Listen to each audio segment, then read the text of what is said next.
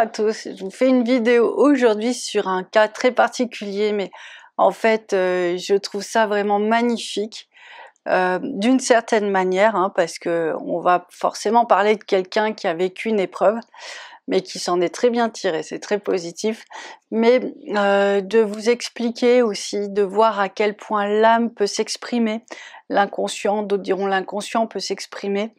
Et voilà, je voulais vous en parler parce que c'est le cas d'une maman qui s'est trouvée submergée par des émotions qu'elle n'a pas maîtrisées. Et du coup, je voulais vous donner mon point de vue d'énergéticienne et j'espère aussi que ça fera écho avec des gens qui vivent parfois des émotions qu'ils ne maîtrisent pas ou qu'ils ne comprennent pas sur le moment. Et puis, l'idée, c'est de comprendre le message de son âme. Je vous explique tout ça. Qu'en fait, je faisais comme d'habitude mon travail d'énergéticienne. Donc, je commence ma séance, on parle rien de particulier, sauf qu'il y a peut-être beaucoup de mouvements énergétiques, un peu plus que chez la moyenne, et du coup ça m'alerte. Et effectivement, on trouve une mémoire de jumeau perdu. Donc, qu'est-ce que ça veut dire? Qu'est-ce que c'est que le syndrome du jumeau perdu? Donc, c'est que vous êtes venu au monde avec un jumeau, donc vous étiez dans un œuf à deux, et que malheureusement le deuxième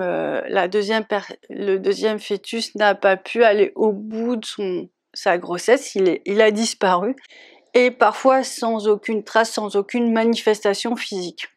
Donc en fait, ce qui se passe, c'est qu'on croit qu'on a été seul dans le ventre, et en même temps, ça c'est dans les cas les plus faciles à détecter, on se sent seul. On se sent seul où on construit, en fait il y a un vide. Ça c'est les cas les plus faciles à déchiffrer, mais dans d'autres cas, ça va être plus une hypersensibilité aux énergies qui vont nous alerter sur ce syndrome, parce qu'effectivement, tant qu'il n'est pas guéri, tant qu'il n'est pas cicatrisé, dans les énergies des gens, il y a des grandes fractures, des grandes blessures qui font que ils sont très poreux à l'énergie de leur environnement. Vous allez me dire, Céline, c'est ce que ça concerne beaucoup de gens. Voilà, on estime 40% de la population concernée, c'est quand même beaucoup de personnes. Alors, tant mieux, il y en a qui vivront bien avec ça, et il y en a qui vivront moins bien avec ça, ou d'autres chez qui ça va se manifester d'une manière un peu particulière. C'est pour ça que je voulais vous en parler aujourd'hui. On pourrait croire, hein, on peut dire que cet événement est peut-être fantasmé parce qu'on n'aura jamais de preuves concrètes, mais surtout, même si c'est invisible pour les yeux, c'est très sensible pour l'âme. Et c'est vraiment ce message-là, c'est ce message-là que je voulais vous faire passer, parce qu'en fait, il y a souvent un moment, il y a souvent des actes, des gestes qu'on fait, et qui nous orientent un peu comme une enquête, qui nous oriente vers la zone à traiter, en fait, le déséquilibre à rééquilibrer. Et donc, cette dame, on fait la séance, effectivement, elle a ressenti peut-être un peu de manque, mais pas grand-chose, ou elle aurait toujours voulu avoir un grand frère. Je crois que c'était plutôt dans ce sens-là. Et elle a une hypersensibilité. C'est difficile de dire j'ai une sensibilité plus grande que celle de mon voisin, puisque c'est des choses qu'on peut pas mesurer, mais peut-être un peu de fatigue, enfin des choses un peu comme ça.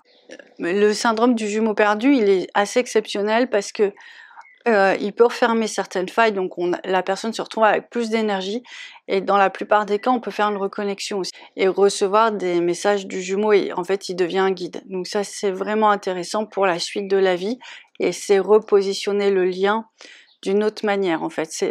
Il existe, mais c'est le comprendre et c'est le vivre d'une manière plus intense encore. On commence à traiter la faille, la blessure, la mémoire. C'est quelque part dans les énergies, en fait, c'est un peu comme les pages d'un livre. Sur cette page-là, voilà, il y a une inconnue, il y a un manque, il y a un vide.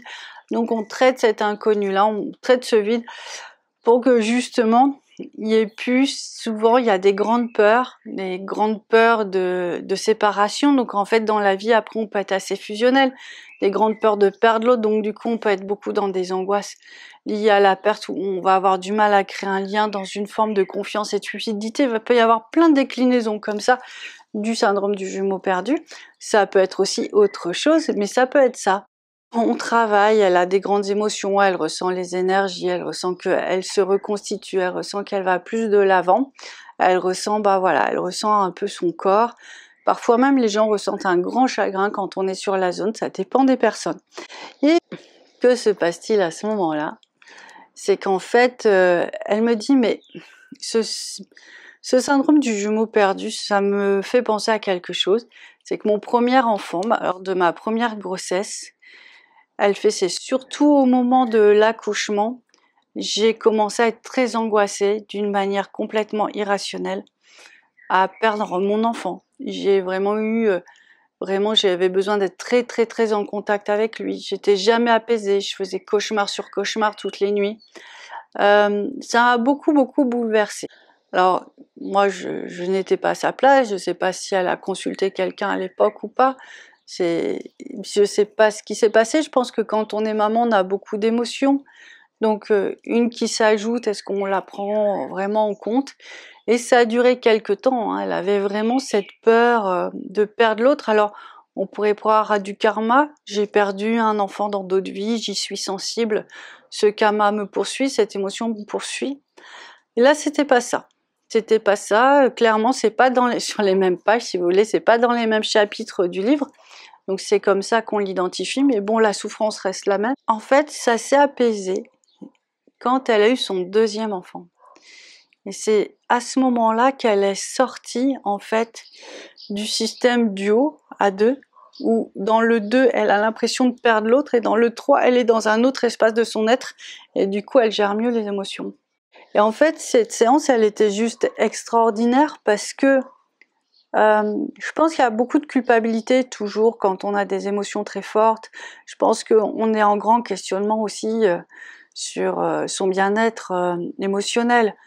On peut aussi se poser la question pourquoi un petit être comme ça va susciter de telles émotions. Enfin, et puis l'épisode de la naissance correspond pas forcément à celui qu'on avait imaginé. Et je pense que ça lui a apporté une réponse qui lui a dit mais en fait inconsciemment le fait d'être à deux, le fait de cette gestation, de cette grossesse m'a ramené vraiment dans cet espace où je devais guérir. Cet espace où je devais conscientiser, je devais comprendre ce qui m'était arrivé pour aller de l'avant par la suite, en fait. Et c'est ça que c'est beau, parce qu'il y a toujours des événements dans la vie. Ça pourrait ressembler à des petites glissades, des choses qu'on voudrait pas vivre, mais en même temps, elles ont du sens dans la plupart du cas. Donc en fait, elle a vraiment pu à ce moment-là comprendre qu'elle avait dépassé certainement quelque chose et que là, elle était encore en train de réparer cette blessure du syndrome du jumeau perdu pour avancer encore dans une autre dimension avec son jumeau et avec ses enfants. Alors, voilà, ça c'est le cas de cette maman. On retrouve beaucoup dans le syndrome du jumeau perdu une maman qui a vécu ça. Elle peut avoir des peurs, mais aussi elle peut être extrêmement fusionnelle avec son enfant et c'est pas toujours simple à gérer pour les enfants. Donc ils peuvent aussi l'exprimer en disant bah, tu me colles trop, tu veux trop, enfin mettre une distance. Et des fois aussi la maman n'imagine pas, en fait elle c'est sa manière d'aimer, donc elle n'imagine pas que c'est trop. Et en fait je dirais pas que c'est trop, je dirais juste que c'est pas de la bonne manière. Parce qu'en fait, les gens qui ont le syndrome du jumeau perdu, ils vont vraiment aimer comme si ils vont vraiment vivre pour l'autre dans une sorte d'osmose. Ils reproduisent ça, en fait. Ils reproduisent ce qu'ils ont vécu, quelque chose qui devait être extrêmement fort. Ils étaient à deux, pas à un.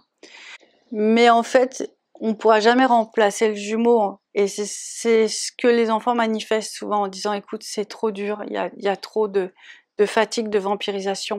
Il y a trop de choses, je suis trop bousculée en fait. Et ça aussi c'est un signal, c'est maman, prends soin de toi, va régler ce syndrome-là pour que en fait notre relation elle puisse continuer plus sereinement parce que je ne pourrais pas t'offrir, je ne pourrais pas te donner ce que tu crois avoir besoin, mais tu en as besoin mais pas avec moi en fait, avec ton jumeau. Alors recrée, va rechercher cette relation, va la guérir pour que tu sois comblé d'un vide énorme, énorme, mais que tu me demandes pas inconsciemment, bien entendu, aucune mère ne ferait ça, de le combler, parce que je ne le pourrais pas. Donc voilà, je voulais vous faire, cette vidéo et vous parler de ça parce que il y a toujours un espace universel où je vous dis, il y a ces petits moments de glissement où on se demande pourquoi on les vit, et bien souvent c'est des messages de l'âme. Et puis il y a aussi certainement beaucoup de mamans, beaucoup de papas qui doivent se demander pourquoi la relation est ce qu'elle est, peut-être un peu différente, sûrement, compliquée peut-être, douloureuse parfois, mais je vous invite vraiment à aller explorer le lien et puis vos propres problématiques et puis aussi les karmas avec les enfants, c'est important. Donc voilà pour aujourd'hui cette belle histoire, parce que c'est une belle histoire, parce que ça se termine bien, parce que les choses sont entreprises, parce que les changements arrivent, et ça, c'est en ça que je trouve qu'on vit dans une belle période, en tout cas pour ça, parce qu'on a cette connaissance pour faire évoluer les blessures d'ordre émotionnel et karmique et tout ça, et du coup on peut rééquilibrer nos vies, et ça c'est juste magnifique. Voilà, je vous ai tout dit pour aujourd'hui, j'espère que ça vous plaira, ce format-là de témoignage. Je cherche des sujets pour samedi, donc s'il y a quelqu'un qui se sent, qui a des questions, qui a des envies, communiquez-les moi, puis si je peux répondre, si je peux le faire, ce sera avec grand plaisir. Je vous embrasse, ciao ciao.